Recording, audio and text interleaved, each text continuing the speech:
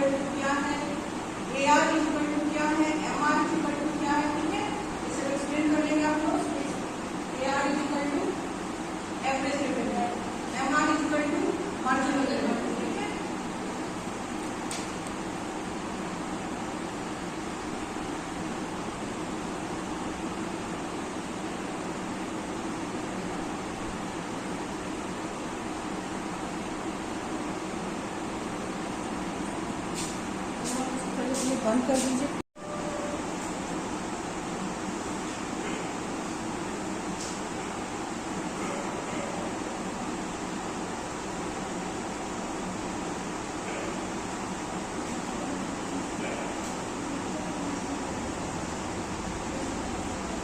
अब बताइए कि अपूर्ण प्रतियोगिता बाजार होता है।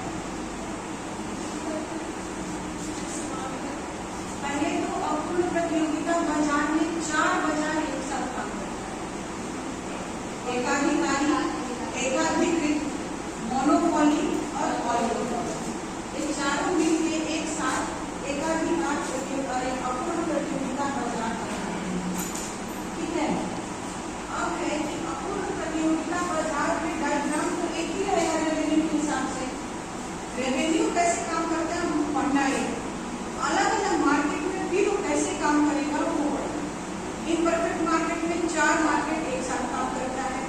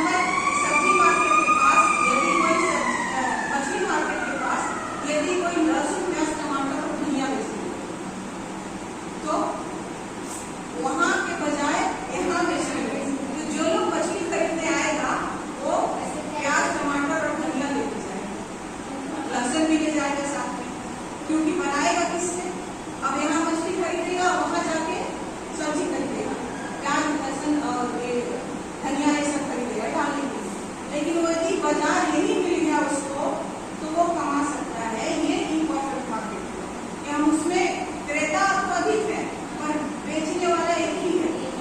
तो आप मछली बेचने के लिए भले परफेक्ट मार्केट है, लेकिन अदरक लहसुन बेचने के लिए इम्परफेक्ट मार्केट होगा उसी जगह पे, क्योंकि क्रेता अधिक है, बेचने वाला केवल एक है। वो होता है इम्परफेक्ट मार्केट। ठीक है, तो इम्परफेक्ट मार्केट का सबसे बड़ा बात ये होता है कि जो AR और MR होता है वो नीचे की तरफ होता है। ठीक है,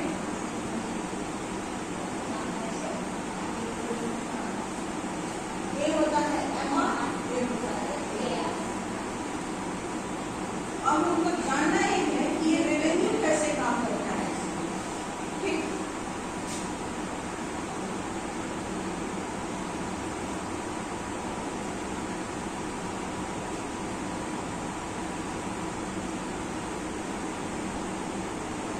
जैसे अभी हम लोग पढ़ रहे थे कि बिजनेस कैसे करना चाहिए, तो वो सोच के ऊपर निर्भर करता है। लेकिन ये मछली मार्केट के पास कोई भी उस व्यक्ति को बैठने नहीं देगा लहसुन मिर्ची बेचने के लिए, क्योंकि यदि वो एक व्यक्ति यहाँ बैठता है तो जो कोलाज है परफेक्ट मार्केट वो टूट जाएगा। तो वहां से वो इसको आएगा बनाने के लिए कि यहाँ नहीं वहीं चलो, क्योंकि हम लोग एक परफेक्ट मार्केट में काम करते हैं, इम्परफेक्ट मार्केट में काम नहीं करते हैं। क्योंकि ये मछली मार्केट भी परफेक्ट मार्केट है, इम्परफेक्ट मार्केट भी है, क्योंकि यहाँ होमोजीनियस फूड भी मिलता है। मछली का एक अलग वैरायटी मिलेगा, बस जो है वो मछली ही है। ठीक, लेकिन यदि कोई स्टडी के हिसाब से यहाँ 10 मिनट भी बैठता है तो वो पूरा सामान बेच के और चला जाता है।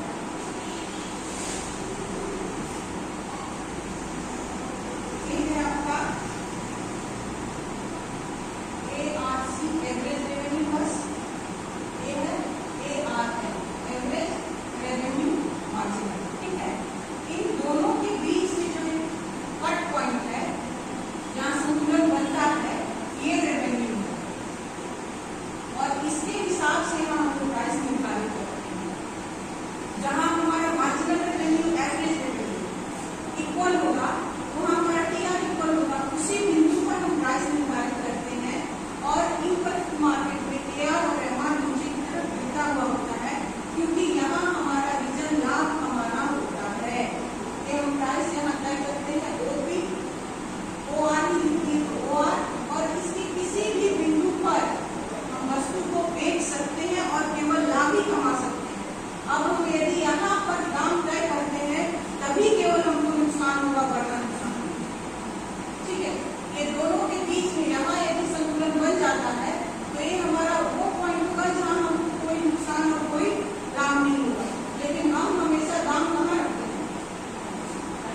हाई पे, क्योंकि हमारा इम्परफेक्ट मार्केट में एक ही लक्ष्य कमा के जाना, तो हम अपना कमाएंगे और बेचेंगे, तो वो हमेशा इसी पर रखते हैं। अब इसके नीचे यदि हम प्राइस तय करते हैं ना तो एक्चुअली में नुकसान होता है, वरना नुकसान नहीं होता। लेकिन इम्परफेक्ट मार्केट में लॉस का कंडीशन रहता है, इसलिए बेहतर माना जाता है कि परफेक्ट मार्केट माना जाए। लेकिन कमाना हो तो इम्परफेक्ट मार्केट क्रिएट करना जरूरी है। समझ में आया? वहीं की हम बिजनेस व्यापार कुछ भी करते हैं तो हमको इम्परफेक्ट मार्केट में ही व्यापार शुरू करना जरूरी होता है। जैसे अभी हम लोग देखते हैं कि बाजार दुकान वहां तय करेंगे जहाँ क्राइटेरिया हो, जैसे कि हम मछली मार्केट के सामने बुटीक खोलेंगे नहीं चलेगा। ठीक है, लेकिन हम ब्यूटी पार्लर के सामने दुकान खोलेंगे नहीं चलेगा। तो सिनारियों के हिसाब से जो उद्योगपति होता है वो हमेशा अपने दिमाग में सेट रखता है कि हम कहाँ बेच सकते हैं, कितना पैसा कमा सकते हैं, किस जगह से कमा सकते हैं। ठीक है, तो